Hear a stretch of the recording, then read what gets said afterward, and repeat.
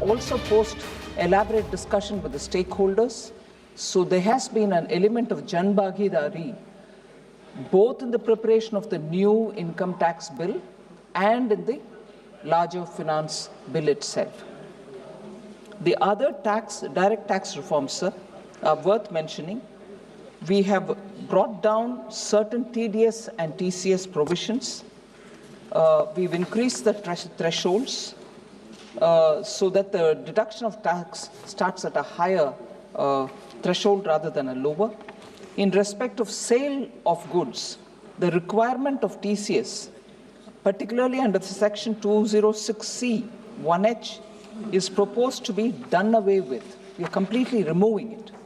Further, considering the difficulties which is faced by the taxpayer, we now propose to allow the benefit of 2 such self-occupied properties without any condition. And that is a major step which will benefit the middle class, because in order to prove that the second house is also under their occupation, they do quite a few of paperwork and diligence has to be kept up. We are now saying you don't even need to do the paperwork. We take it as you stated for the second such occupied property. In order to streamline the process of transfer pricing, sir, and to provide an alternative to yearly examination, we have proposed that a scheme of determining arm's length price in international transaction for a block period of 3 years at a time. So this will be in line with the global best practices.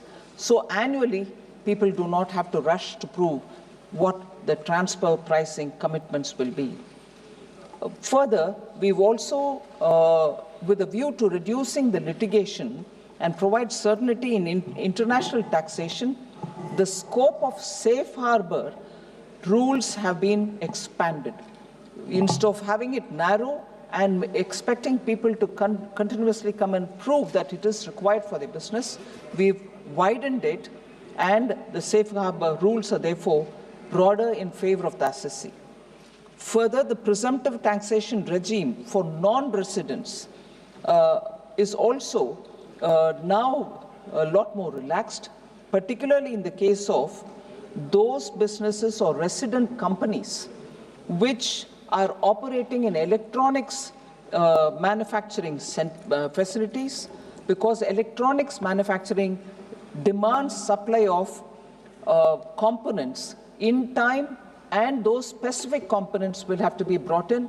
If time lapses in their supply from the original equipment manufacturer, the production itself will suffer. So we've given them this particular presumptive tax regime, so that the non-residents who participate in these services, particularly given to a resident company, can benefit. So also for the startups, again, which is primarily for the middle class, government has proposed to extend the period of incorporation of startups by 5 years to allow the benefit available to the startups which are incorporated before 1/4/2030. So that's been an extension given so that there's greater participation of the newer registering startups as well. Again, to promote IFSC, the International Financial Services Center, government has proposed specific benefits to ship leasing units, to insurance offices, treasury centers of global companies which set up business in the IFSC.